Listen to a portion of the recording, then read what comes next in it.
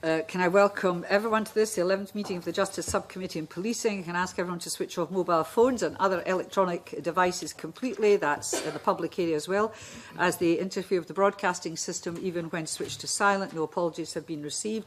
Item 1, decision on taking business in private. The subcommittee has agreed to consider item 3 in our work programme in private. Are we agreed? Yes. Thank you. Item 2, complaints and investigations. I hope to get through this by at the latest 2:15. It's our third evidence session on the handling of complaints and investigations. Today we're focusing on the Police and Investigations Review Commissioner, which we know here as PIRC. Can I welcome to the meeting the Commissioner, Professor John McNeill, John Mitchell, Director of Investigations at the PIRC, and Robin Johnson, Director of Reviews at the PIRC. Good afternoon. Can I say, if you want to answer questions from the panel here, just indicate to me that you wish to do it, and also your microphone will come on automatically if you've not been here before. I understand, Professor McNeill, you wish to make a brief opening statement, and thank you for providing us with this in advance. Thank you. Thank you, Convener, for inviting me to give evidence to the Justice Subcommittee today, and for the opportunity to make a short opening statement. As you'll be aware, as my title suggests, the Police Investigations and Review Commissioner has two distinct areas of responsibility under the legislation: the investigation of incidents, the review of complaints about the police by the public. Now, when I appeared before your Justice Committee in March last year, one of the challenges was that we might not be ready in time, that the timescales were too ambitious.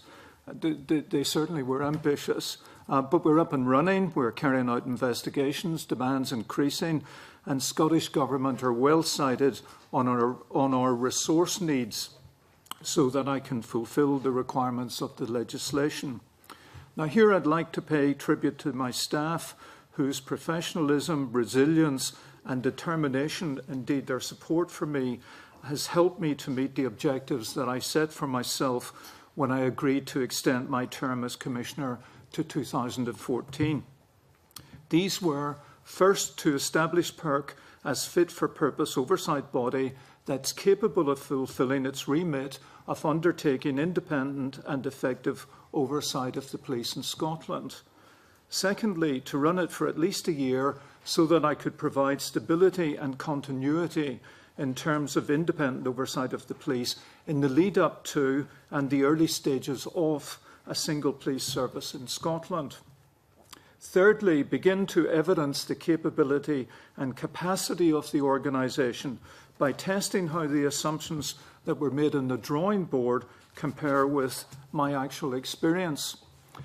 As I began to work on these objectives, I very quickly set myself a fourth, namely to ensure that relationships were established early with key stakeholders. And here I'm thinking about the Crown, Police Scotland, the Scottish Police Authority, the Inspectorate of Constabulary, and the Scottish Government. It was very clear to me that if I were to stand any chance of success in meeting my three objectives, that professional working relationships would be at the heart of it. Now, for the most part, I'm pleased to report that these relationships are working well. That's not to say that we don't have robust exchanges of views from time to time. Personally, I'd be rather disappointed if this were not the case. Constructive challenge and pushback are healthy and contributes to assuring the public that we are an independent body holding the police to account.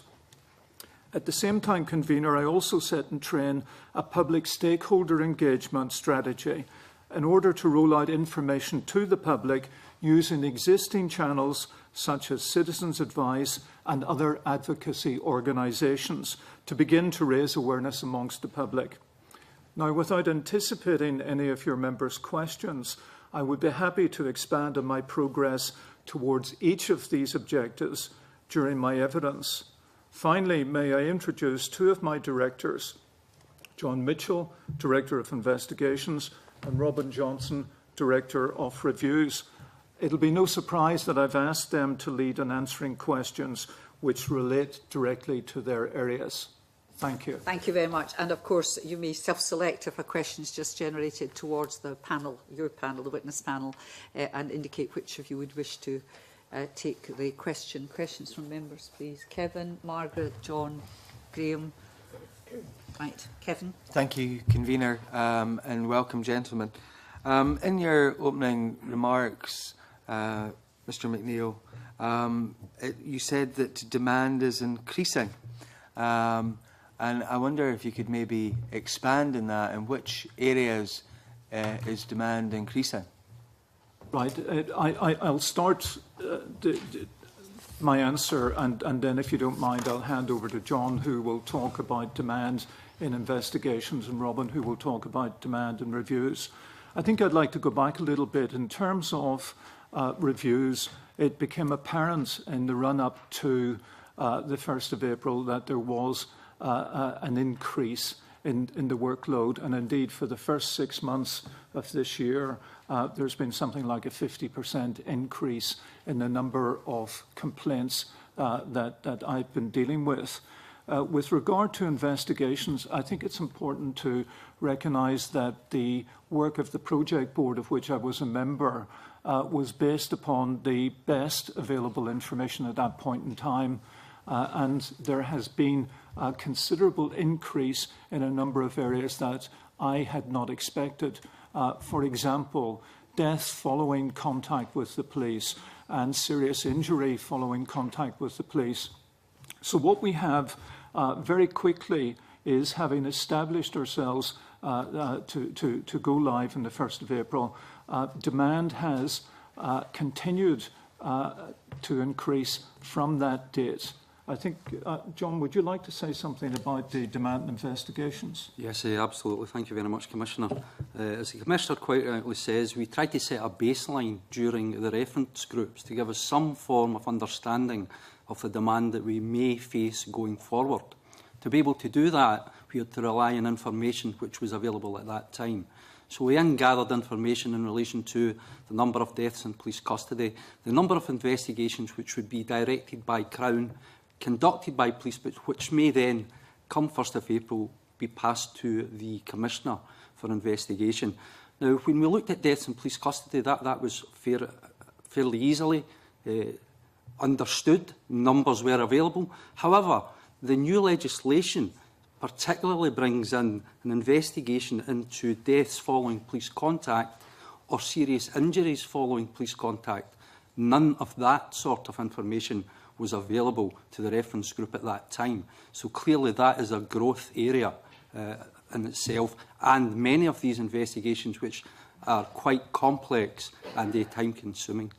I'm just asking the clerks here, because we have the data about the number of deaths in custody and deaths from police contact, but they're not up in the public. It's a private paper, but I'm just assuring members that that will go up on our website, the data there, because you've got, and you're happy with that? I'm very happy with Good. that. What we have, you see, is we've got 5, let's take deaths following police contact, which is a bit more difficult, I think, for you. 5 investigated, 10 not investigated, and 15 in total, obviously 15 in total. So, you know, I think these are the things that the public would like to know. Yeah. Sorry, yes. Okay. Yes, and absolutely, and even since you received these figures, which was relatively short time ago, we have a further 3 referrals in relation to death following police custody, which are undergoing the assessment process just at this moment in time. So it's a continuously evolving process, as you can appreciate. And Convener, if I may, with regard to Robin's area, it's been very apparent for some time that there has been an increase in the number of cases that we're dealing with, and indeed, from my perspective, an increasing degree of complexity in some of the cases. That's correct.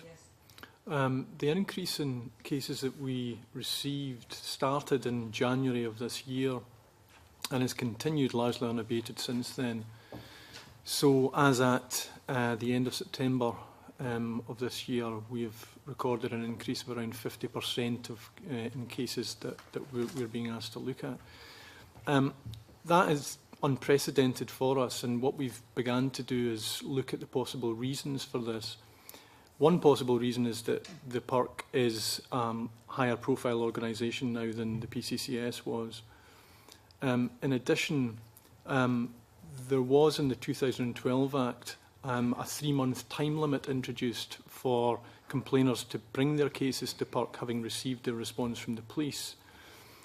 And what we feel is that that may be contributing to the increase in the sense that when a complainer receives a final response to their complaint from the police, it contains a standard paragraph at the end informing them of the 3-month time limit. So when in the past you may have found complainers delaying submitting an application to us and perhaps then not submitting an application at all, complainers may now be acting with a degree more urgency given the time limit. So what you're describing is a situation which sounds to me to be pretty open and transparent, and the complainers are actually taking up the offer, if you like, at the bottom, and are actually contacting you. I just wonder, it's just for us to get our heads around, and also to allow the public an insight.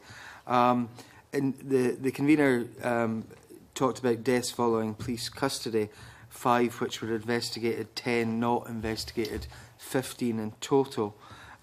We have an explanation that in the 10 cases not investigated, the Crown had indicated that a police investigation would be sufficient. When assessed by the PERC, it was concluded that there was no additional matters relating to police contact with the deceased that would warrant a PERC investigation. Could you maybe expand on the Crown's role in that? I'll take that question.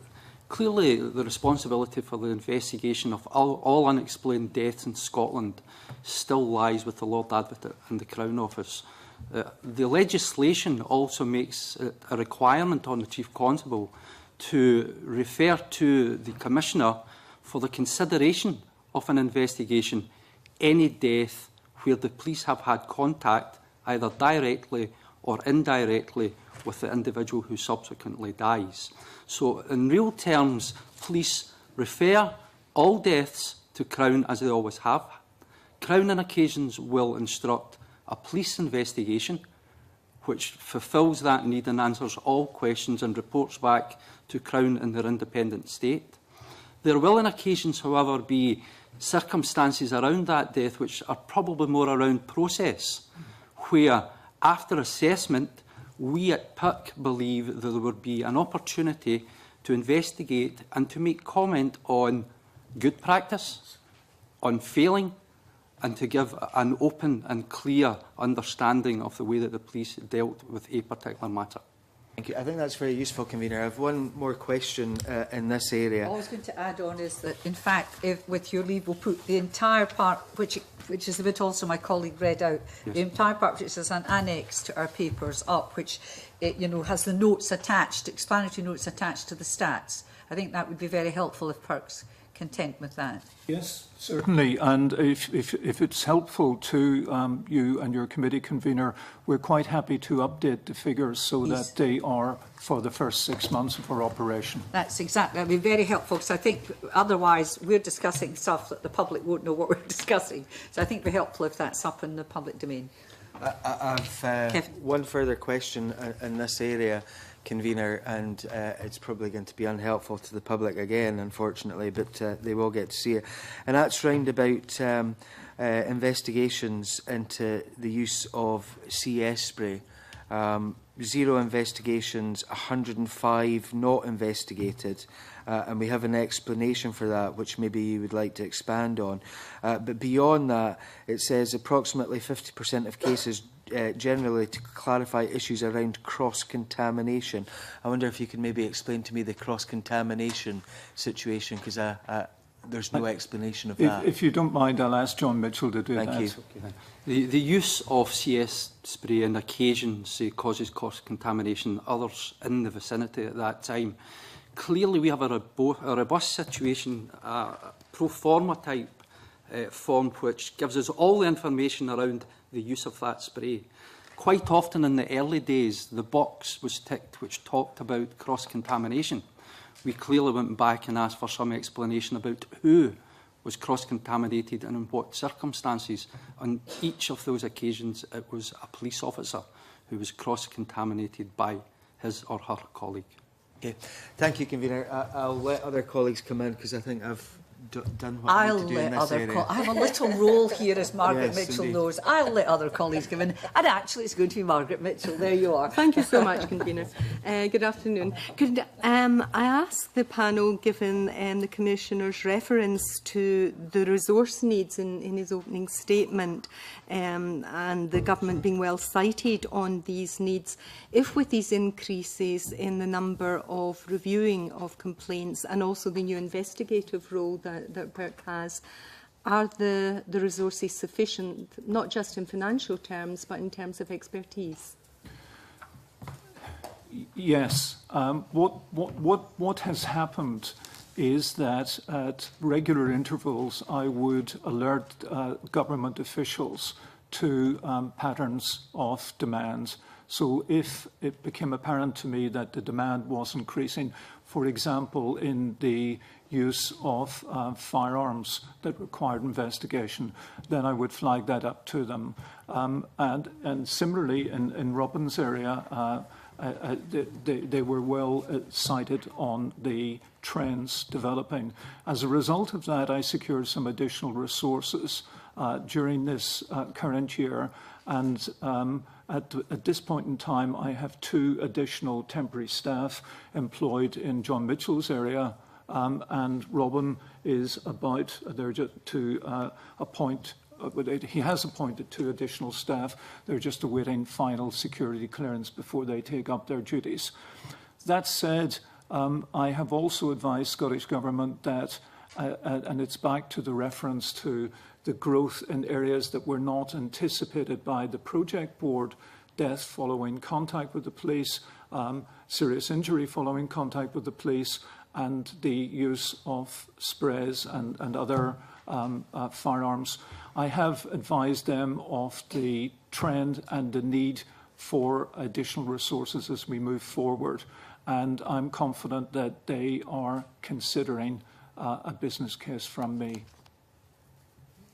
In terms of, sorry, I didn't answer the second part of it.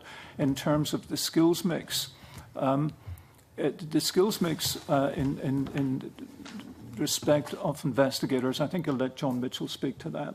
Yes, the skill mix in investigators is strong in relation to core business. The type of investigation that we did envisage having to take on. So within my team, I have people who have an expertise in family liaison, a very critical area of business in relation to keeping victims, members of the public up to date. We have people with a background of road traffic examination and collision. We have very, very strong investigators.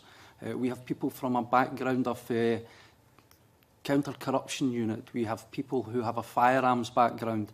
And ultimately, if we needed more support around that, there is the option to move out with Scotland and take some advice and support from firearms units, firearms experts elsewhere. But at this moment in time, I think we have someone in our area of business with an experience of the type of investigations that we have faced to date.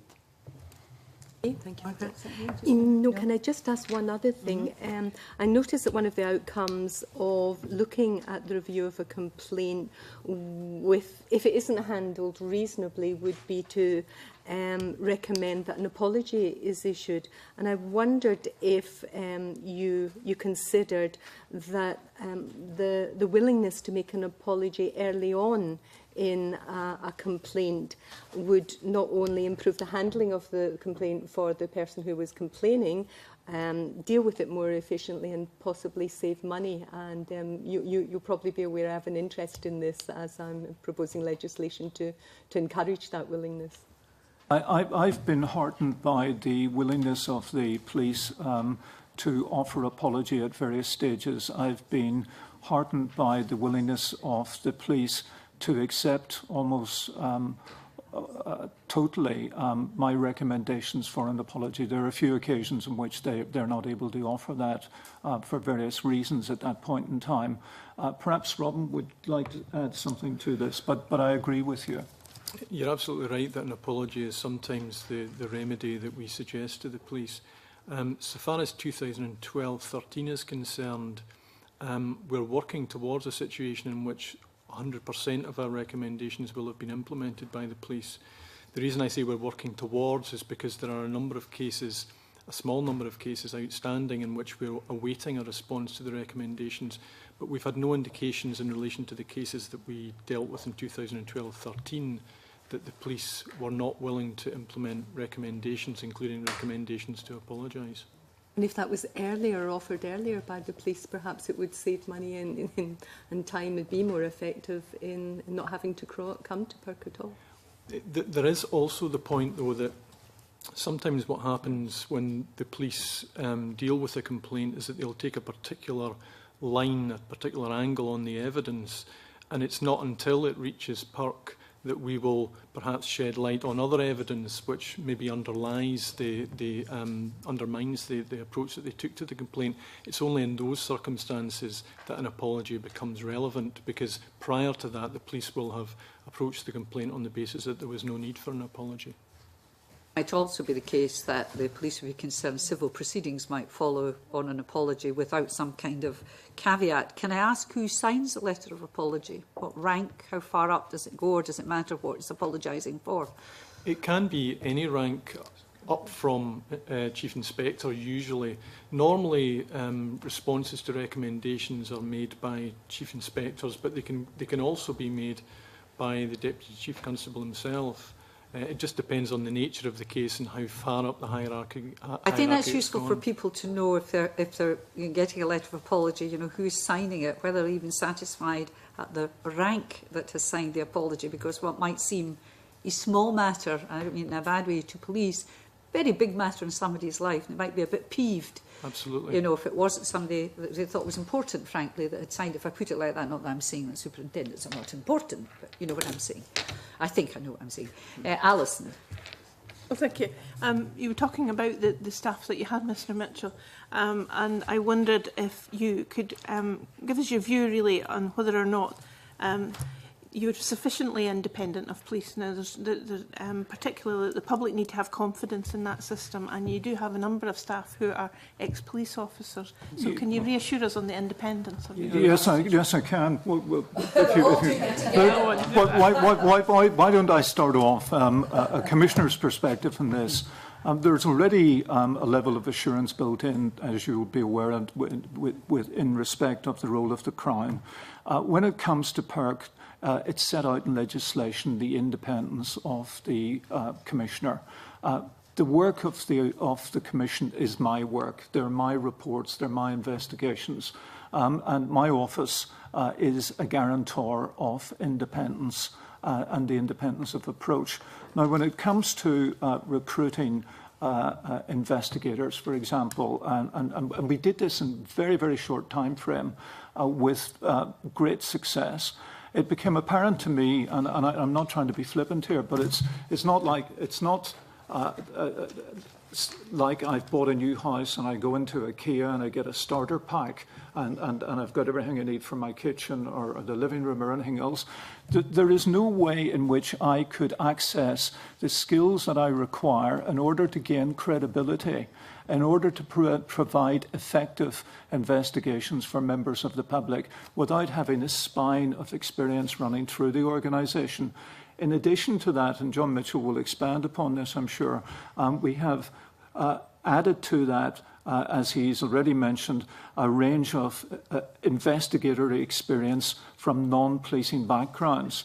And I think the final thing I'd like to say is that I recognise the importance of perception here, and at a very early stage we have introduced a trainee scheme. We have 2 people who are already embarked on their training to become investigators. And the intention as we go forward is to bottom feed the organisation and to broaden out the independence. But at the moment it is independent because they answer to me. There is no institutional, actual or hierarchical association with the police, and it is effective because of the skills mix within investigations. I don't know if there's a great deal more that I can add to that, simply just to reiterate that all of the investigation staff are now employed and directed by either the Commissioner or Crown in relation to investigations that they carry out. The important thing that we need to do is ensure that the quality of investigation that we undertake stands scrutiny from wherever scrutiny comes.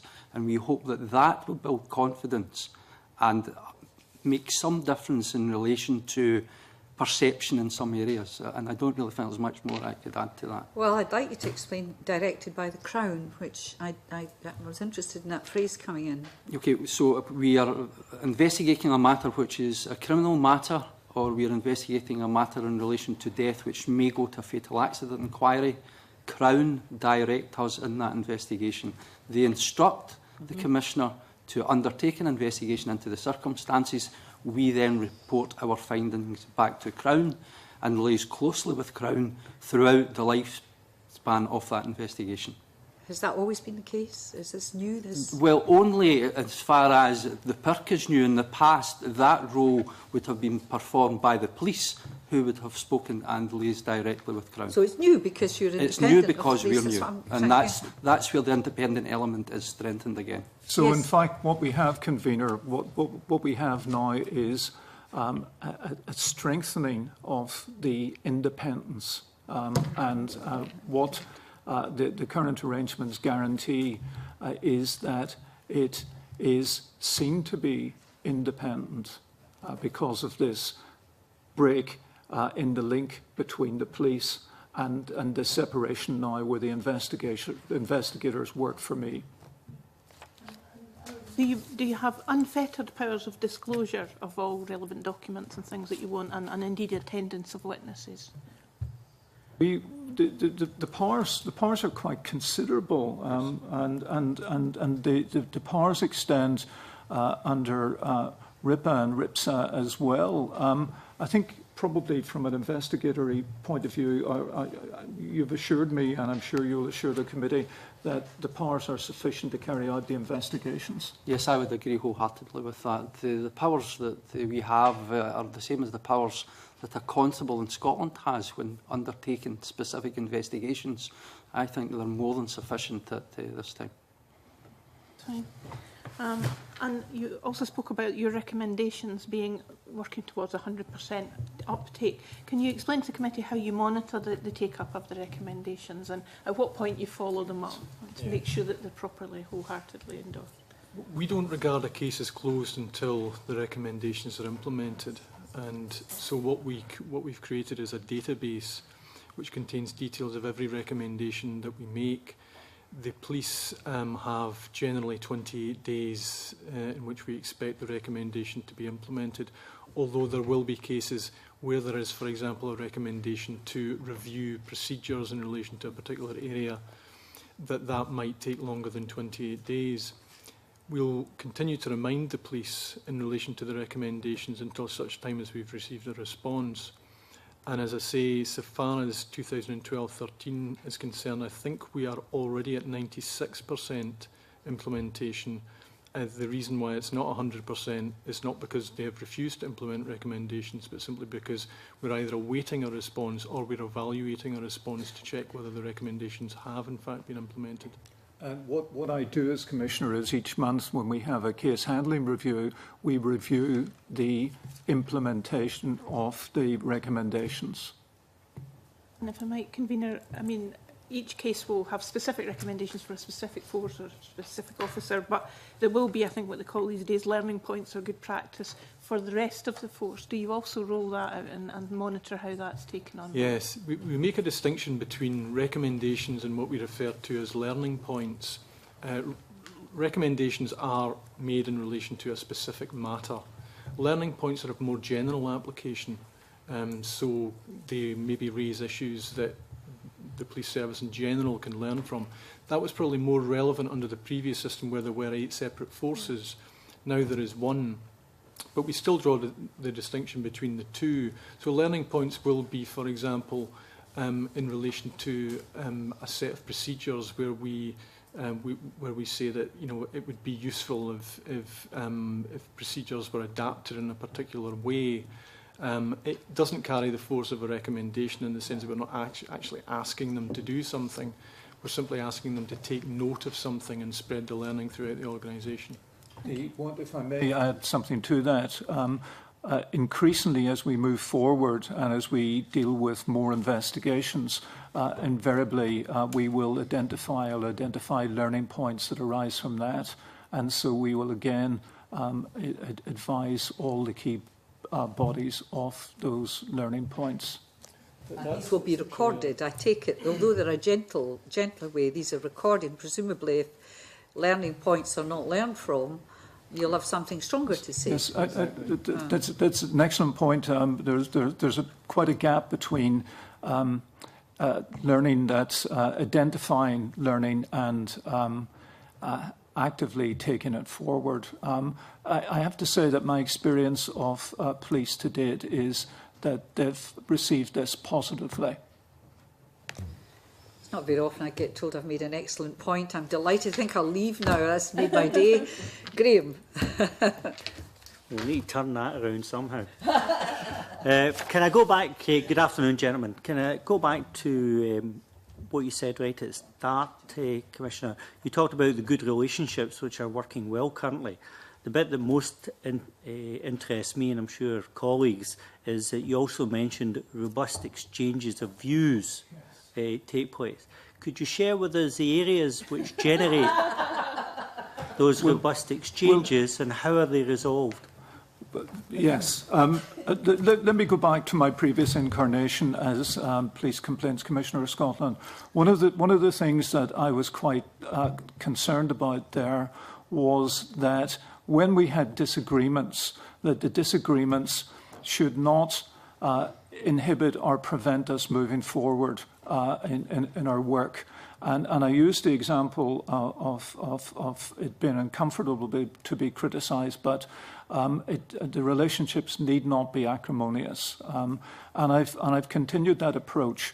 I do believe that this is a shared agenda. It's about confirming confidence in policing for the people of Scotland. From my perspective, I do that by providing independent and impartial investigations and reviews. Now, quite properly in the early stages, the run-up to, you've been very aware, and you have been very aware of the imperative to be ready, operationally ready in the 1st of April. In my case, I think we were advertising over Christmas, New Year, and although we were spread over 3 sites in the 1st of April, we were active. In that period, in the run-up to the 1st of April, my staff invested very heavily in making sure that people were cited on our respective roles. From time to time, as we began to become operationally active, there was it was a little bit clunky at some times because people were, quite properly as I was, focused on their own priorities. When that happens, I sought meetings, or other people sought meetings with me, and we had frank exchanges of views about how to go forward. If there were differences, it was my practice on a number of occasions to phone people the next day after we've slept on it and to confirm what my approach would be. I have to say that after a few testing of our understanding of what was required of each of us, for in this case the Police Scotland and ourselves, that the response was generous, and to date I can confirm that no one has sought to prevent me carrying out my function. No one has actively opposed the work that I've done. There have been differences of interpretation, and when that happens, we sit down and talk. One of the things I did in the run-up to the 1st of April was to establish a reference group to bring together the key players from all the bodies, from Crown, from the Police Authority, the Inspectorate of Constabulary, the Scottish Government, because I didn't want gaps to open up between us. And where there are disagreements, as I said, I follow this up, or the police or the police authority or anyone else follows it up, and we meet and we sit down and we bottom out our disagreements. That's not to say that at the end of the day that we're all in agreement, but What it does ensure is that we work effectively together. Okay. I think we know who... You were expecting me to say something. No, I wasn't. wasn't. I wasn't going to fulfil that function. Uncharacteristically, I'm trying to be kind now and move forward. But I think we know the who was involved in the relationships, not so much the what. But I think from what you're saying, it was largely about how these organisations were building towards the future, and that much of these robust exchanges have settled down as you've sorted out the processes and so forth. I wouldn't want to overstate the frequency of robust exchanges. That hasn't been Robust exchanges for a start. It was just a comment in your introduction. That hasn't been my experience. I mean, I think what's happened is we've all been focused on our own priorities. Yeah. And invariably, it takes a while for the new relationships to mature. Yeah. It takes a I'm while. now comfortable with your answer. I'm happy with that.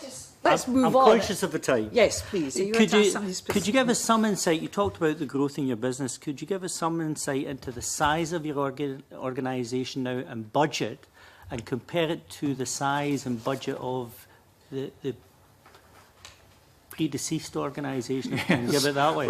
Well, it's been a bit of a roller coaster of a ride over the last, as a number of people will be very well aware, over the last 4 years. When I was Police Complaints Commissioner, I think I finished up with 12, 13 staff and a budget below £1 million. I currently have 41 staff, so it's a commissioner plus 41. The budget is £2.61 million, and the running costs, the staff costs account for almost £2 million of that. It's different in scale, it's different in complexity, it's different in terms of responsibility, and we're now spread over two sites in the one campus in Hamilton. One of the concerns at an earlier stage was the sort of the lines of demarcation between the various organisations, Police Scotland, Professional Standards, yourself at newly organised PERC, Crown Office and Procurator Fiscal Service. Do you feel comfortable that these boundaries have now been largely identified, and what we won't have is a complaint coming through the system and somehow getting into no man's land? I think the way in which I have helped mitigate that risk has been to work through this reference group, but principally I think it's been through the development of memorandums of understanding. Sure. They're all at various stages, but there's no major disagreements or areas of disagreement left in that. We now have an MOU agreed between the Scottish Police Authority, Police Scotland and ourselves, various other bodies. The ones that are not signed, I think it's more to do with the sequencing of committees, sure, rather than any fundamental differences. The other way in which here it is the relationships and the professional respect is crucial to this. Working closely at different levels within the organisation with our opposite numbers helps iron out any wrinkles as we go forward. So I'm confident that the direction of travel we're travelling in the right direction. I'm confident that we are learning to trust each other more. I know that if I have difficulties or any misunderstanding, if, for example, there are issues that come up between the Scottish Police Authority and myself, Ian Ross and I meet or communicate on a regular basis. He comes to my reference group. His head of complaints deals with her opposite number. The same in the investigative area and professional standards, and I think the same applies in Robin's area. So it's a multi-layered approach. But if you'd asked me when I hadn't intended to or hadn't been planning to be in this position, would it turn out so well, I would have been more pessimistic. Now, I think it's going, it's not just going, but I think it's going well. Okay. That's not to say that there isn't room for improvement. You have to be brief because I'm conscious of time. I know this is one of our problems. Okay. One of the supplements is to the issue that Alison raised with Mr Mitchell about powers. and their ability to deal with the investigation.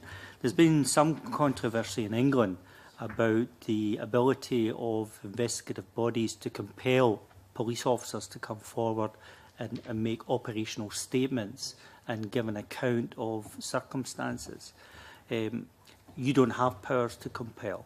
No, we don't have powers to compel, nor have we at this stage had any reluctance for officers to come forward and speak to us, and clearly we will keep count of that sort of circumstance. But to this point, and we have taken upon ourselves to interview a number of officers since 1st of April with no problem whatsoever.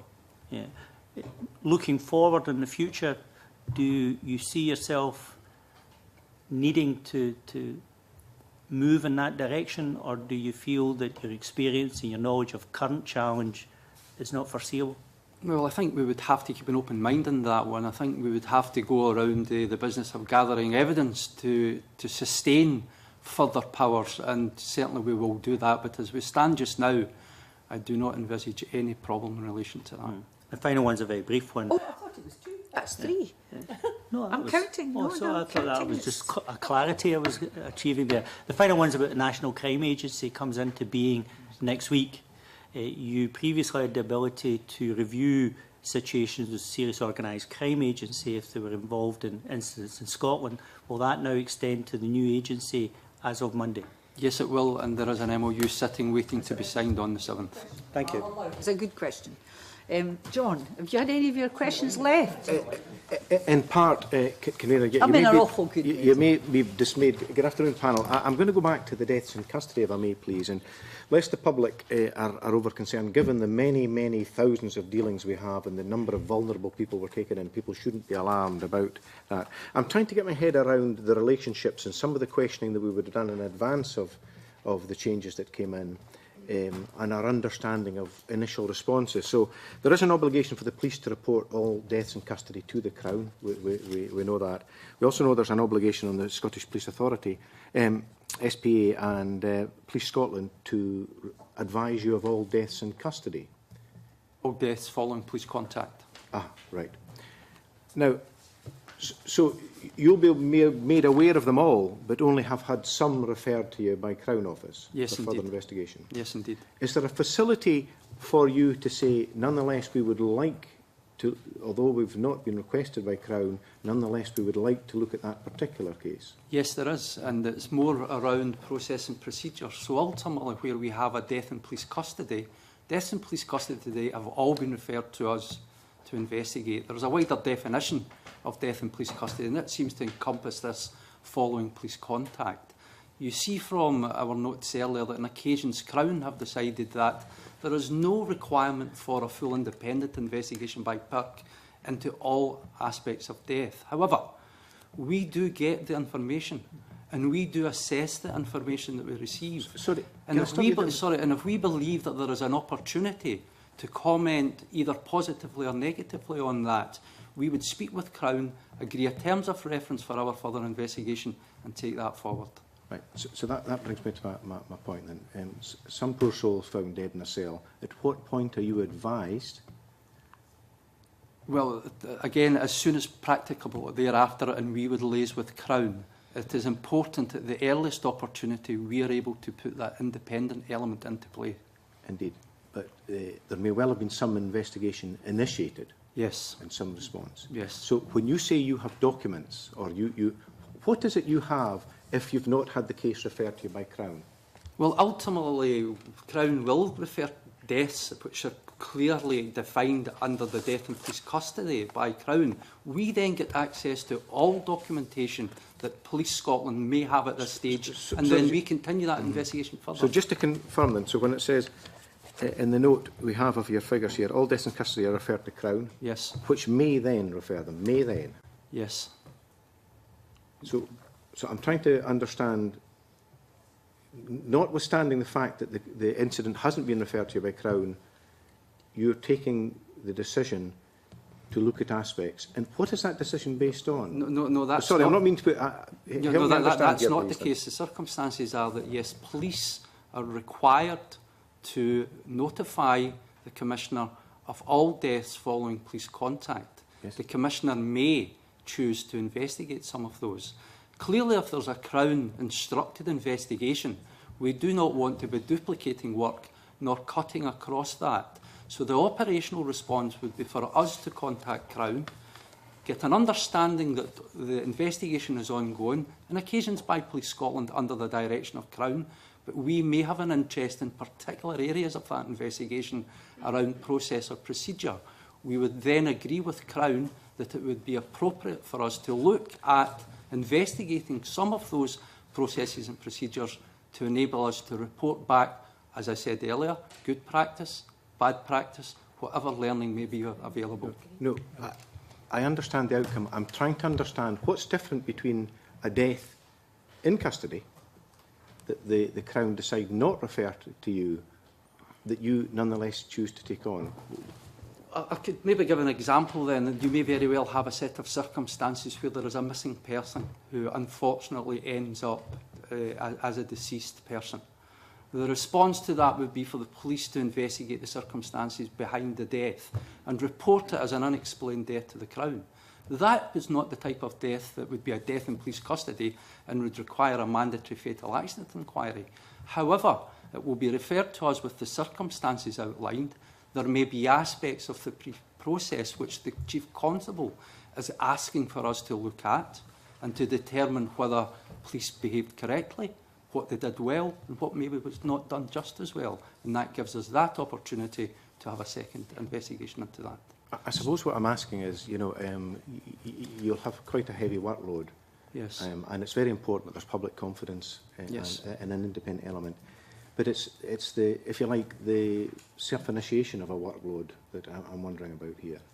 We're not self-initiating here. This is a set of circumstances where the Chief Constable is making a referral and asking the Commissioner to consider the circumstances in the way that the police dealt with an issue which ended up with someone dead. Was there any contribution in that with the police? Were the police in any way involved or responsible? Or is there any learning in relation to how a missing person aspect of the investigation was handled? So it's not us self-initiating. The Chief Constable has a requirement to ask the Commissioner to consider an investigation into all incidents of death following police custody, police contact, sorry. Okay, forgive me, that's maybe not necessarily clear from this document here. So then what is different? What will Crown Office be asking you to do in relation to such a death that Police Scotland aren't asking you to do? Crown Office aren't asking us at all. Crown Office are directing us if we're investigating something which falls in the definition of a clear death in police custody, which requires a mandatory fatal accident inquiry.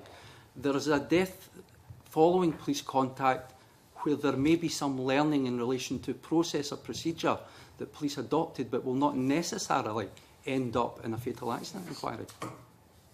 And is there a definition for what would trigger an FAI? It used to be, for instance, within 24 hours of having been in custody, I think it was at one stage. Well, it's open to the definition is very open in relation to that, but the death in police custody aspect of it is a decision that Crown taken, as you know, approach a sheriff for the right to run and have a fatal accident inquiry. Okay, I have a couple of other questions. Forgive me if I've misunderstood. The same chart. You're moving off the chart. I'm moving. Before you move off the chart then, can I just ask you, because it's unfortunate this is going to go up in the pan, and you've got serious injury following police contact, 4 investigated, 3 not investigated. Could you tell me what you would define as serious injury, the range? Yes, indeed. The legislation does not define serious injury. However, within the memorandums of understanding, and to support the setting of the bar so that referrals are made, everyone has agreed that a serious injury means a fracture, deep cut, deep laceration, injury causing damage to an internal organ, or the impairment of any bodily function, or severe psychological trauma from which the victim's recovery is expected to be difficult or impossible. And that has been agreed with SPA, with Police Scotland and Crown in relation to meeting and setting the bar for referral. I'm glad you've got that on the record now, and perhaps when you're providing us with the data, the Yes, updated indeed. stuff, you might want to expand on some of these issues rather than drift. That's all I wanted to ask, Yes, no, John. yeah, well, I wonder, that is helpful, and again, in reading it, there is, it's perhaps too late in the week, and I'm maybe not interpreting it right, but would it be possible, for instance, to have a flow chart, for instance, that might indicate the triggers, because that would help. Can I move on to two other issues, please, very, very quickly, and one of them is, and I previously had discussions with Professor McNeill about this, was, if you like, the last refuge for a complainer, and a lot of people are always looking for another level to go. Can I ask how... Us. Yeah, can I ask how PERC would respond to something they clearly understood following an investigation to be a vexatious complaint, please?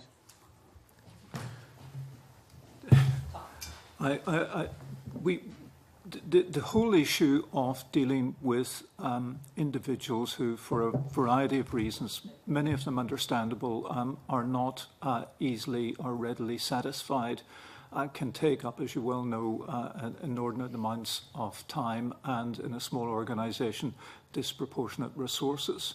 There are a number of ways... We're nodding in agreement. This is an issue which is common to most public bodies.